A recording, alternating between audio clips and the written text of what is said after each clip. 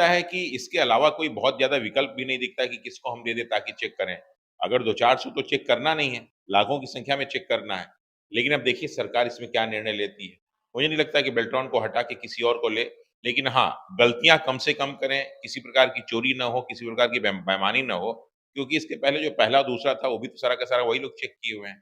तो कैसे अब उसको हटा सकते हैं? तो ये देखिए, अब ये सारा का सारा करने का मतलब ये जैसे उन्होंने जो है ओमार डाउनलोड करने की बात कही, तो ये हमारी नज़र में ओएमआर डाउनलोड हो रहा है, लेकिन वास्तव में क्या है कि आंसर सब चेक हो चुका होगा। मेरिट बनने की तैयारी हो रही होगी। ऐसा नहीं है कि ये जो है पहला काम करते तुरंत दे दिया, वो काम सारा चल रहा होगा। ये हमें हमें बताया जा रहा है कि अभी ओएमआर जो है आप डाउनलोड करके चेक कर लेंगे, ये कर लेंगे, वो कर लेंगे, लेकिन उनके मैक्सिमम काम जो है कंप्लीट 80% काम कंप्लीट हो चुके होंगे। अब बाकी जो है जितना जल्दी से जल्दी वो दे सके। क्योंकि इधर क्या था कि अगस्त का महीना था, 15 अगस्त और छोटी-छोटी सारी चीज़ें थी, वो सारी समाप्त हो चुकी हैं। तो अभी ये सारा का सारा अगस्त का लास्ट वीक और सितंबर यही महीना है जिसमें सारा का सारा रिजल्ट आ जाता है कि वन कैंडिडेट वन रिजल्ट का मेन उद्देश्य ये होता है कि कोई भी सीट वैकेंट न रहे। इसका मुख्य उद्देश्य यही होता है।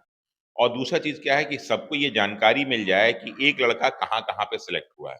तो उससे बेनिफिट क्या होता है कि जो सीटें खाली रह जाती हैं उसकी जानकारी बच्चों को हो जाती है। प्लस सरकार को भी इस बात की जानकारी हो जाती है कि इतनी सीटें खाली हैं।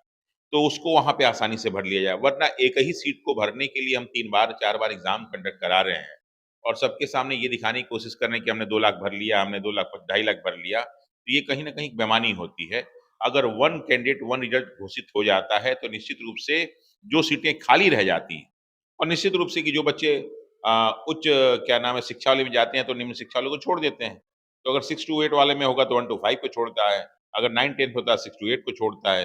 11th-12th में होता है तो 9 टू 10th या फिर कुछ बच्चे ऐसे होते हैं कि अपने लोकल के लिए, अपनी जगह के लिए भी नीचे का भी चूज़ कर लेते हैं।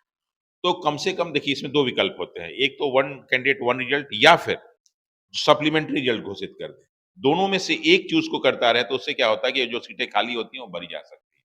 लेकिन कम से कम ये काम ज़रूर होना चाहिए कि कौन-कौन सा बच्चा, एक बच्चा कितनी सीटों पे सेलेक्ट हुआ इसकी जानकारी सार्वजनिक की जानी चाहिए, ताकि बच्चे का अनुमान लगा लें कि कितनी सीटें उम्मीद करते हैं और विश्वास भी करते हैं कि सरकार को ये कहना करना चाहिए ताकि बच्चों का उस पे विश्वास बहाली हो सके।